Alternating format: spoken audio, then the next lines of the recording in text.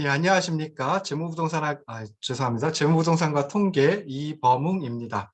오늘은 3주차 첫 번째 시간입니다.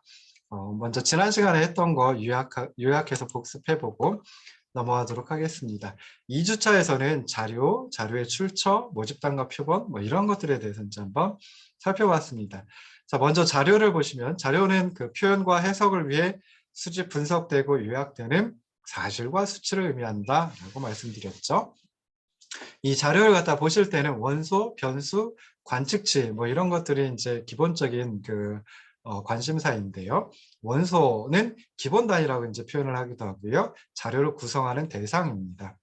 변수는 이제 영어로 variable이라고 얘기를 하는데 관심의 대상이 되는 원소의 구체적인 특성을 의미한다라고 말씀드렸죠. 그래서 시간에 따라 변화하는 특성 또는 특정 시점에서 다른 사람이나 물체 간에 변화하는 특성을 변수라고 얘기를 합니다. 그래서 모든 원소들에 대해서 각각의 변수를 측정한 것을 이제 자료라고 얘기를 하고요.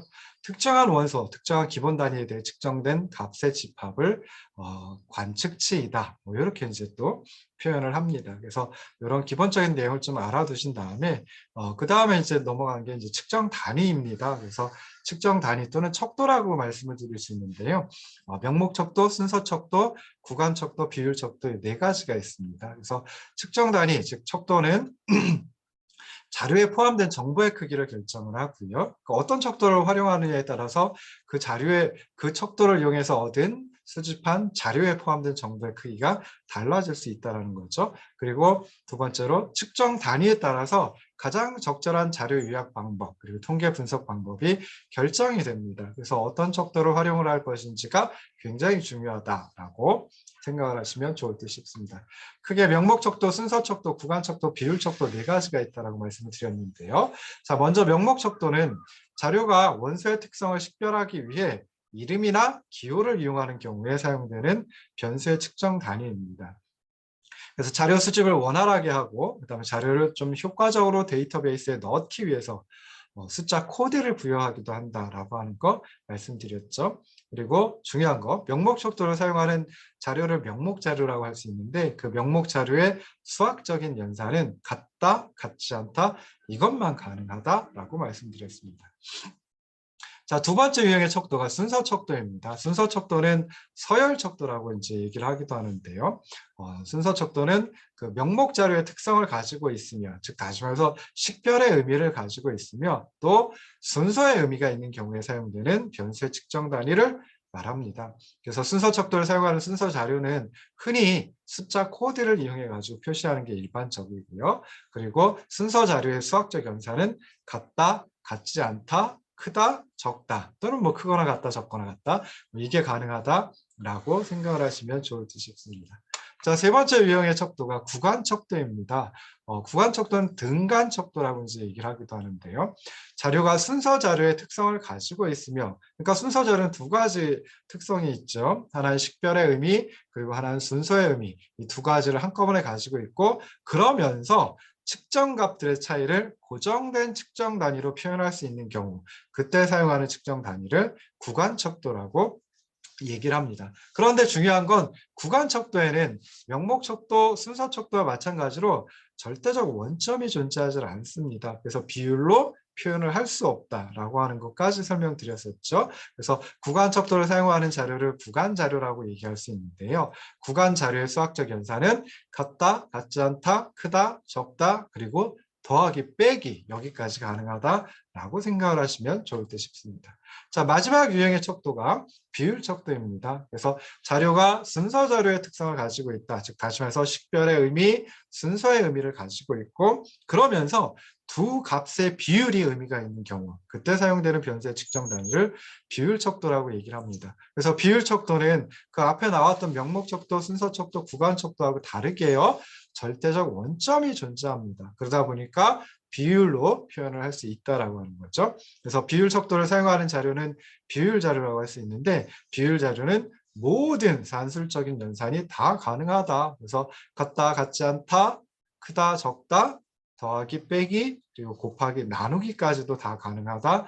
뭐 사실은 뭐 이 뒤에 뭐 로그를 붙인다든지 뭐 하는 것도 이제 가능합니다. 그래서 굉장히 다양한 연산을 수학적 연산을 할 수 있다라고 하는 걸 이제 생각해 보시면 좋을 듯 싶습니다.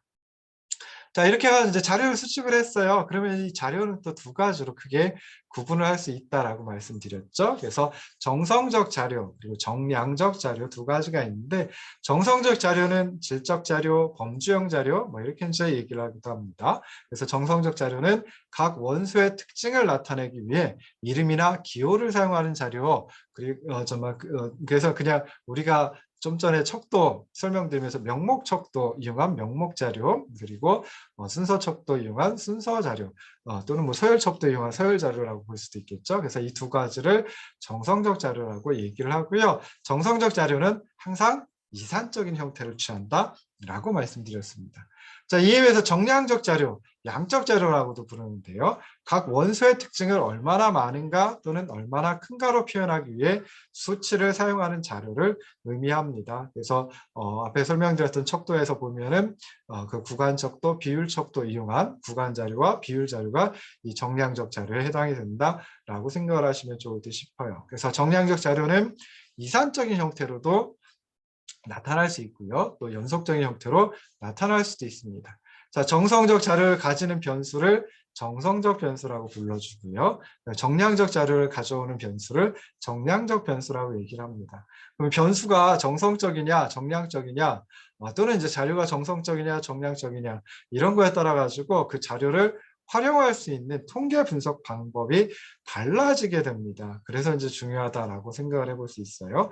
자, 그럼 앞에 정성적 자료는 항상 이산적인 형태, 즉 정성적 자료를 가지는 정성적 변수는 이산적인 변수이다라고 말씀드렸는데, 정량적 변수는 그렇지 않다고 그랬죠. 이산적인 형태를 취할 수도 있고 연속적인 형태를 취할 수도 있습니다. 그래서 이산적인 변수란 무엇이냐라고 했을 때 하나하나 셀 수 있는 정수값을 취할 수 있는 변수이고, 그러면서 취할 수 있는 값들 사이에 갭이 있으면 그놈을 이산적 변수라고 얘기를 합니다.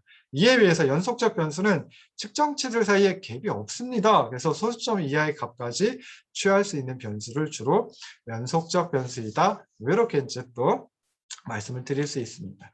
자, 그래서 이렇게 정성적 자료, 정량적 자료 이렇게 구분을 하기도 하고요. 또 그다음에 시계열 자료, 횡단면 자료, 그리고 패널 자료로 구분하는 방식도 있습니다. 그래서 시계열 자료, 타임 시리즈 데이터라고 얘기를 했죠. 그래서 이거는 여러 시점에 걸쳐서 수집된 자료. 그래서 변수값이 시간 순서로 기록된 자료를 의미합니다. 연도별, 월별, 뭐 일별, 뭐 주별, 뭐 이렇게 나오는 자료가 이제 시계열 자료라고 생각을 하시면 좋을 듯 싶습니다.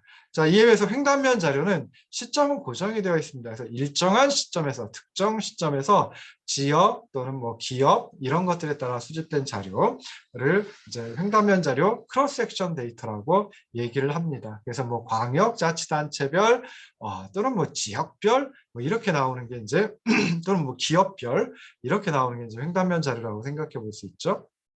근데 이러한 시계열 자료 그리고 횡단면 자료가 복합적으로 되어 있는 자료가 또 있을 수 있습니다. 그래서 이런 시계열 횡단면 복합 자료를 패널 자료, 패널 데이터라고 또 불러주기도 합니다. 그래서 뭐 연도별, 지역별, 면적 해가지고 이렇게 시계열과 횡단면이 한꺼번에 나오는 걸 패널 자료라고 생각을 하시면 좋을 듯 싶어요. 시계열 자료냐, 횡단면 자료냐, 패널 자료냐에 따라 가지고 사실은 그 자료를 분석하는 기법들이 조금씩 달라질 수 있고요. 그 다음에 자료를 분석하고 해석할 때 조금씩 다르게 해석이 될 수도 있습니다. 그래서 시계열, 횡단면, 패널 자료 이렇게 구분하는 방식도 좀 알아두시면 좋을 듯 싶습니다. 자, 그럼 자료를 갖다가 모아야 되는데요. 자료를 구득한다라고 저는 이제 주로 표현을 하는데, 그럼 자료를 얻기 위해서는 뭔가 자료의 출처가 있어야 되겠죠.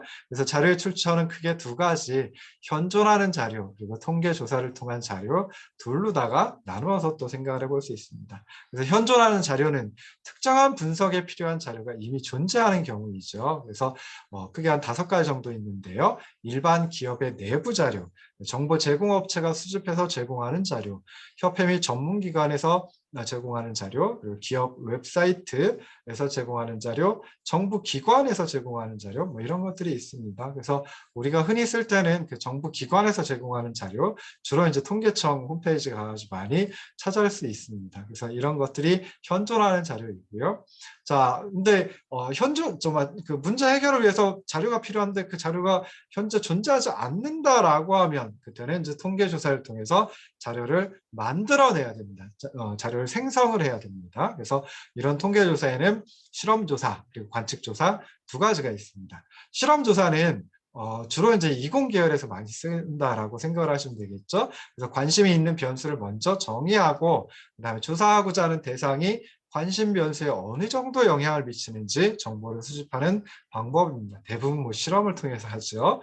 자, 근데 실험을 할 수 없는 그런 경우도 있습니다. 그래서 그럴 때 관측 조사 또는 비실험 조사라는 걸 주로 많이 이용을 합니다. 그래서 실험을 통해 관심 변수를 관리할 수 없을 때 활용하는 방법이고요. 대표적인 게 설문조사이다. 그래서 설문 문항을 정의하고 설문지를 완성해가지고 조사하는 방법, 설문조사가 대표적인 관측조사이다라고 생각을 하시면 좋을 듯 싶습니다. 자, 그럼 이런 통계 조사를 할 때 꼭 생각하셔야 될 것, 유의하셔야 될 것 두 가지가 있습니다. 그래서 하나는 자료와 통계 분석을 활용해가지고 의사결정을 하는 경우에 분명히 자료 수집에 소요되는 시간과 비용을 감안을 해야 됩니다.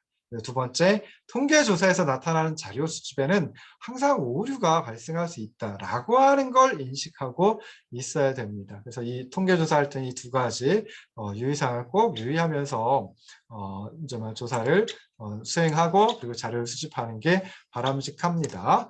자, 그 다음에 또 우리가 서론에서 또 생각해 봐야 될 게 모집단과 표본입니다. 그래서 모집단과 표본은 둘 다 자료 수집의 대상이다라고 생각해 볼 수 있는데요. 먼저 모집단은 분석의 대상이 되는 모든 관측체 집합을 의미하고 영어로 population이라고 합니다. 자, 모집단을 모두 다 조사해가지고 분석을 했다라고 하면은 좀 더 합리적으로 의사결정을 내릴 수가 있겠죠. 그런데 문제점은 비용과 시간이 많이 소요가 되기 때문에 좀 효율적이지 못하다라고 하는 점을 찾아볼 수 있습니다.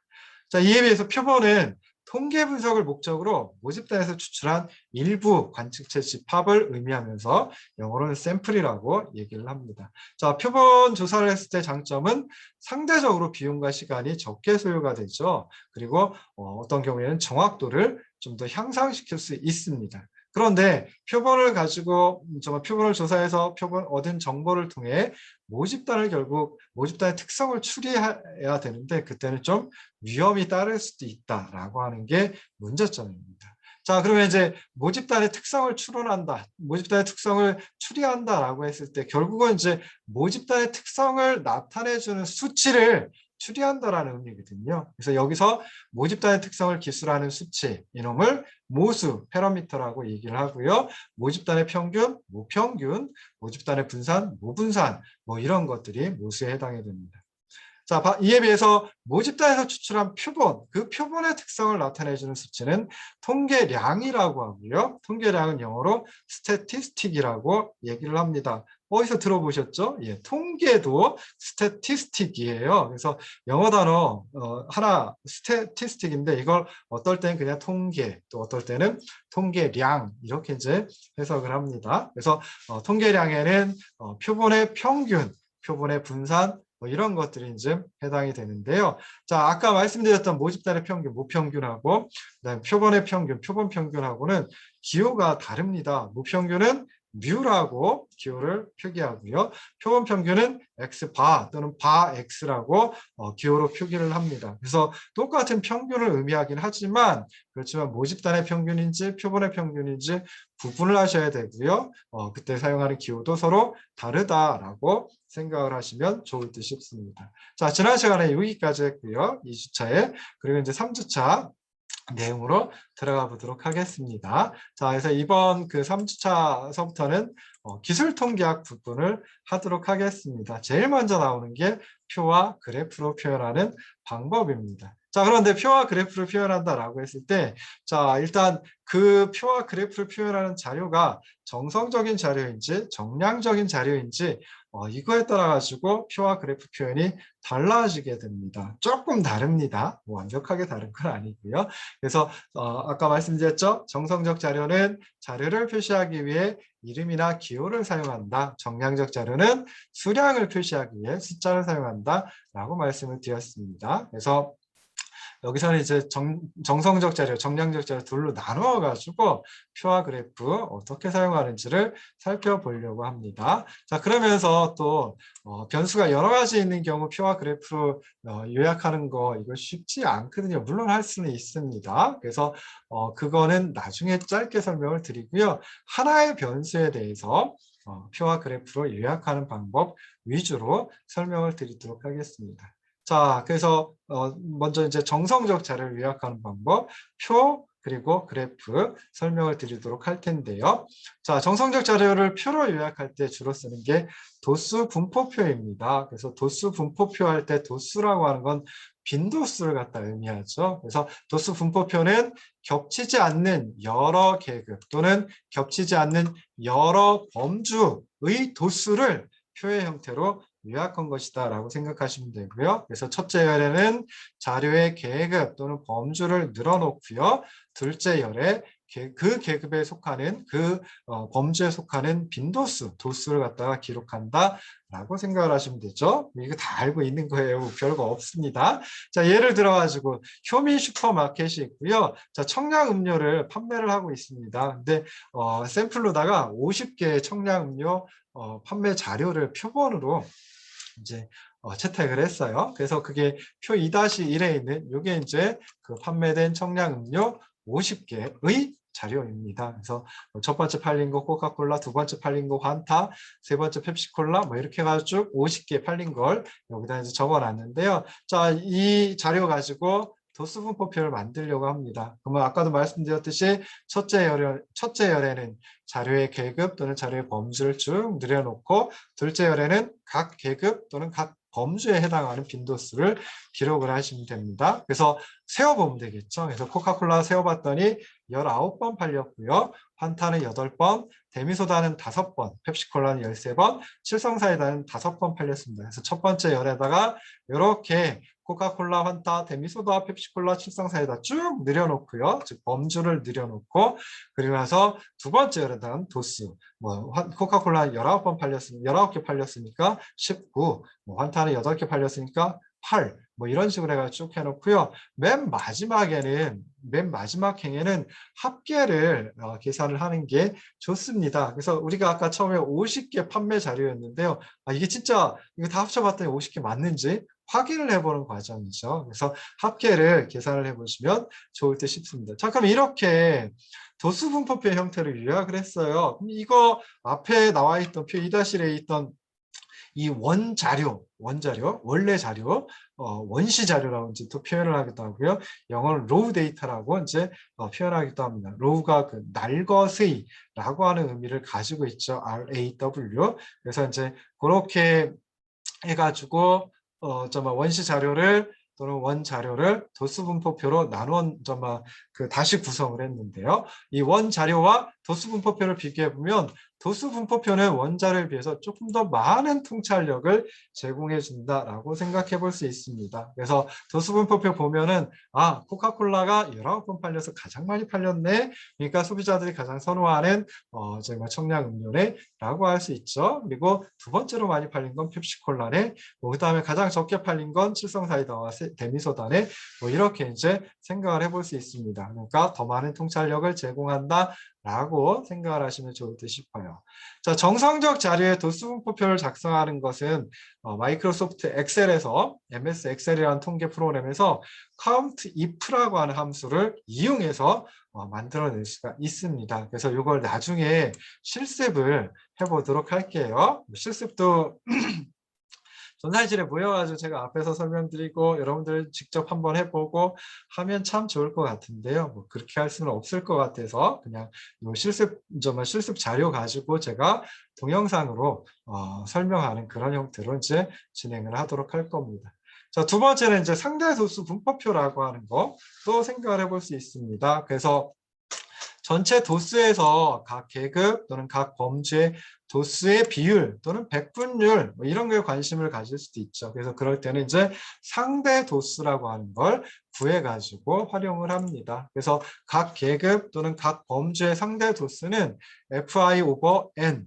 자, 우리는 그냥 그 저기 막 분수를 얘기할 때 요거 가져가면 n 분의 fi 이렇게 이제 얘기를 하죠. 근데 다른 나라에서는 뭐 영어니까 영국이나 미국이겠죠. 그래서 이런 쪽에서는 분자를 먼저 얘기를 합니다. 그래서 fi 하고요. 그 다음에 이제 우리말로 할 때 모분의 모 할 때 분의 그걸 이제 영어로는 over라고 이제 표현을 합니다. 그래서 fi over n 하면 over 앞에 나와 있는 게 분자고요. over 뒤에 나와 있는 게 분모이다라고 생각을 하시면 돼요. 그래서 우리나라는 분모를 먼저 얘기하고 분자를 나중에 얘기하죠. 그래서 n분의 fi 이렇게 얘기를 하는데 외국에서는 그게 아니라 다른 나라에서는 분자를 먼저 얘기한다. 그 실제 우리가 쓸 때도 분자를 먼저 쓰는 경우도 있어요. 여기는 모 분의 n분의 fi 해가지고 가운데 이렇게 바를 갖다 걷잖아요. 그게 아니라 이렇게 뭐라 하죠? 슬래시라 그러나요? 이렇게 슬래시 해가지고 fi 슬래시 n 이렇게 이제 표현하는 경우도 있어요. 그럴 땐 뭐가 먼저 나오는 거예요? 분자가 먼저 나오는 거죠. 그래서 저는 이제 그 분자가 먼저 나오는 게 이게 참 좋지 않나? 뭐 그런 생각도 합니다. 그래서 그냥 습관적으로 fi over n 이렇게 이제 표현을 하면 여러분들은 n분의 fi 의미하는구나. 그래서 먼저 나온 fi가 분자, over 뒤에 나오는 n이 분모이다라고 생각하시면 좋을 듯 싶어요. 그래서 상대도수 구하는 방식인데요. 구하는 산식인데요. 뭐 어렵게 생각하지 마세요. 간단합니다. 그래서 여기서 분자에 있는 fi는 계급 i번째 계급, i번째 범주의 도수를 의미한다. 그리고 분모에 나와 있는 n은, 스몰 n은 총 도수, 그러니까 그 도수를 전부 다 합쳐놓은 거, 아까 합계에 나와 있는 도수, 그게 이제 총 도수가 되겠죠. 그래서 그놈을 의미한다라고 생각을 하시면 좋을 듯 싶어요. 상대 도수는 이렇게 구하는데, 백분율 도수는 이 상대 도수에다 100을 곱해주면 됩니다. 별거 없죠. 그래서 상대 도수 분포표를 만들 수도 있고요. 그 다음에 백분율 도수 분포표라는 것도 만들 수 있습니다. 그래서 상대 도수 분포표는 각 계급의 상대 도수를 표의 형태로 보여주는 것. 백분율 도수 분포표는 각 계급의 백분율 도수를 표의 형태로 보여주는 것입니다. 그래서 상대 도수 분포표 또는 이제 백분율 도수 분포표 뭐 한꺼번에 그려봤는데요. 이렇게 표 2-3으로 그릴 수가 있죠. 그래서 코카콜라는 총도수, 그러니까 청량음료 팔린 거 50개인데 그 중에 19번 팔렸습니다. 코카콜라가 19개 팔렸어요. 그러니까 50분의 19 하면은 0.38이라고 하는 그 상대 도수를 찾아낼 수 있고요. 여기다가 100을 곱해주면 38이라고 하는 백분율 도수를 찾아낼 수 있습니다. 그래서 이것들을 갖다가 다 이렇게 이제 상대 도수 구하고 백분율 도수, 100을 곱해서 백분율 도수 구할 수 있는 거죠. 그래서 이렇게 이제 상대 도수 분포표도 작성할 수 있습니다. 자, 이것도 실습을 할 때, 그러니까 실습 동영상을 그러니까 실습에 관련된 동영상 강의를 올려놓을 때 제가 하도록 하겠습니다. 자, 세 번째는 이제 막대 그래프와 파이 차트인데요. 자, 먼저 막대 그래프는 자, 도수 분포표 또는 상대 도수 분포표 또는 백분율 도수 분포표에 요약된 정성적인 재료를 막대의 형태로 표현하는 그래프입니다. 그래서 막대 그래프 작성할 때는 가로축에다 계급 또는 범주를 표시하고요. 가로축은 뭐 X축, 횡축이라고 표현하기도 하죠. 세로축, 즉 종축 또는 Y축에다가는 도수 또는 상대 도수 또는 백분율 도수를 표시하는 이런 형태로 이제 작성을 하시면 됩니다. 그런데 각 계급의 고정된 폭을 가진 막대를 사용을 합니다. 그리고 그 각 계급이 분리되어 있기 때문에 범주가 분리되어 있기 때문에 이 막대들 사이에는 좀 간격을 두셔야 돼요. 그래서 막대들을 분리해 가지고 표현한다라고 생각을 하시면 좋을 듯 싶습니다. 그래서 아까 그 50개 그 효민 슈퍼마켓에서 50개 청량음료가 팔린 자료 그 가지고 막대 그래프를 그려보면 이렇게 되겠죠. 그래서 요거는 이제 도수 가지고 막대 그래프를 그려봤는데요. 횡축에 이제 그 팔린 청량 음료, 즉 상품이 들어가는 거고요. 횡축, 가로축, X축에, 그리고 세로축, 종축, Y축에는 그 팔린 횟수, 도수가 들어갑니다. 그래서 코카콜라, 환타, 데미소다, 펩시콜라, 칠성사이다 해가지고 쭉 막대로다 이렇게 표현을 했고요. 막대들 사이에는 간격이 있습니다. 막대들이 붙어 있지 않습니다. 자, 그래서 이렇게 만들어 놓은 걸 막대 그래프라고 한다. 도수 말고 상대 도수 또는 백분율 도수 이용하셔도 됩니다. 자, 그럼 이렇게 해가지고 막대 그래프를 그려주면은 장점이 뭘까요? 당연히 이렇게 보면 시각적으로 코카콜라가 가장 많이 팔렸네. 그래서 소비자들이 가장 선호하는 청량 음료네. 뭐 이런 걸 쉽게 알 수가 있다라고 생각을 해볼 수 있죠. 그래서 아까 도수 분포표에도 마찬가지로 원 자료에 비해서는 도수 분포표 봤을 때 그때 어떤 상품이 가장 많이 팔렸는지 뭐 이런 통찰력을 제공해 준다라고 말씀을 드렸는데요. 이 막대 그래프는 그걸 시각적으로 보여주니까 좀 더 확실하게 나타낸다. 뭐 이렇게 이제 생각을 해볼 수 있죠.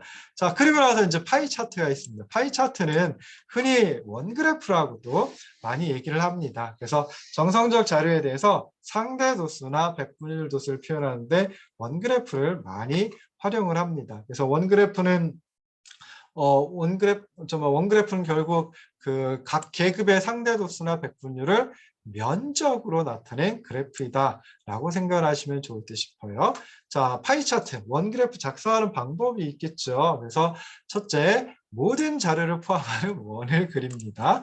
둘째, 각 계급의 상대 도수에 상응하는 비율대로 원을 나누어 줍니다. 근데 이 두 번째 단계에서 보시면은 그러니까 구분을 해준다라고 하는 거죠. 이 밑에 보시면 이게 이제 파이 차트 원 그래프인데요. 이렇게 해가지고 구분을 해줘야죠. 원을 그리고 그 다음에 부채꼴을 갖다 이렇게 만들어줘야 되는데 뭐 어떻게 만들어주느냐라고 했을 때 상대 도수에다가 360도를 곱해주면 됩니다. 그래서 상대 도수 코카콜라 같으면 0.38이었죠. 여기에다가 360도 곱해주면 136.8도가 돼요. 그래서 코카콜라의 요 부채꼴, 요 중심각이 뭐가 되느냐? 136.8도가 됩니다. 환타는 그런 식으로 하면 상대도수 0.16에다가 360도 곱해주면 57.6도가 되거든요. 그래서 여기서 보시면 요 부채꼴, 이렇게 부채꼴이 있는데 요 부채꼴의 중심각이 바로 이제 57.6도이다라고 생각을 하시면 좋을 듯 싶어요. 여기는 이제 상대 도수 가지고 했는데요. 그냥 도수를 가지고 할 수도 있고요.